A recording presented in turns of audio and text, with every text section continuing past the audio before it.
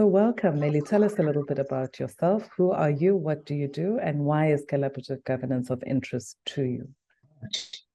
I am Meli Sochononda, and I was born and bred in Cape Town. It's those three key components that have given me quite an interest in collaborative governance and collaborative engagement.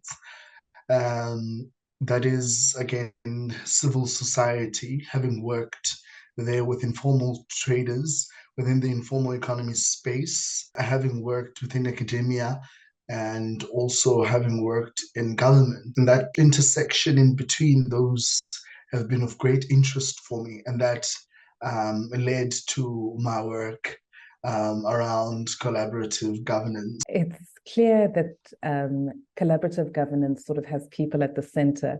But for those who aren't familiar with the concept, can you tell us what we mean when we say collaborative governance? You've mentioned civil society, you've mentioned communities, and I think implicit in there, when you said politics, implicit in there is government or governance. Can you tell us a little bit more about what exactly is collaborative governance? Kind of collaborative governance, in my view, is relationships, relationship building, engagements, bringing different stakeholders to make sense of whatever that is needed to bring people together. So if you have a task, that task requires you to engage with various stakeholders, try and find commonality around a particular issue that seeks to bring together different people from different backgrounds. Those principles are representatives of their own spaces, and they are very much advocates of their spaces. They understand their spaces much better. And now you are bringing them together in a different space, trying to engage them in a particular topic or theme with their various expertise. And by you facilitating that, holding that space rather, you're facilitating an engagement of collaborative thoughts and ideas. And that, I would say, is what collaborative governance in essence is about. Thank you. Yes. So, Millie, you say that it is important to hold space and to ensure that all the different voices that are represented are heard and contribute to identifying a resolution to a problem or to crafting a solution, some kind of social solution. So, what makes for great facilitation? How do you hold that space well to get the best out of every single stakeholder present? Facilitation is no easy thing. Um, it requires deep understanding, deep thoughts, work, personal, work, that is.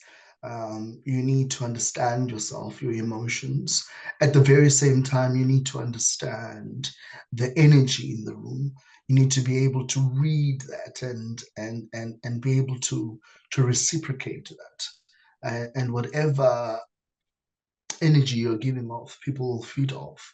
I think what is most important as a facilitator is to know that you, firstly, as a facilitator, learn as you go as well. And so you have to allow yourself as a facilitator to not just see yourself as an expert in a particular topic, but also be in understanding that there are some ideas you as a facilitator might have not thought about. So once you are in a closed room and you are facilitating, there are some moments that will trigger you, but you have to allow that, and you have to then just be able to be sensitive also to different views and different thoughts and what you put across, and an acknowledgement as a facilitator is quite key of people's opinions and thoughts, and that brings about inclusivity within the room. Meili, can you tell us a little bit about learning journeys and why they form a part of the collaborative governance approach? Hmm. Learning journeys are a great methodology. It's a great methodology used by the Southern African Food Lab. That it's about communities, and it's about going to into the system, allowing um, different stakeholders to be part of that lived experience. And once you are engaged in a particular topic, seeking to uncover, sorry, a lot of things, you then learn as you go. Particularly, I'd say around learning journeys, we've done a lot around informal trading, informality. The stories, the lived experiences of informal traders are much different to that of what people understand. Mostly researchers also, I'd say, look at the trading itself. And there's also a story around before the person wakes up and prepares to go and actually work or trade.